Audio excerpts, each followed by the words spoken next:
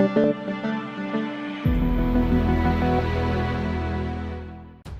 to hard reset Galaxy A52s 5G. Step 1. At the very beginning, connect your smartphone with the computer or laptop by the Type-C cable and press volume down plus power key for a short while. Step 2. Now hold down volume up and power key for a couple of seconds. Step 3. Release all held buttons if you see the Samsung logo on the screen.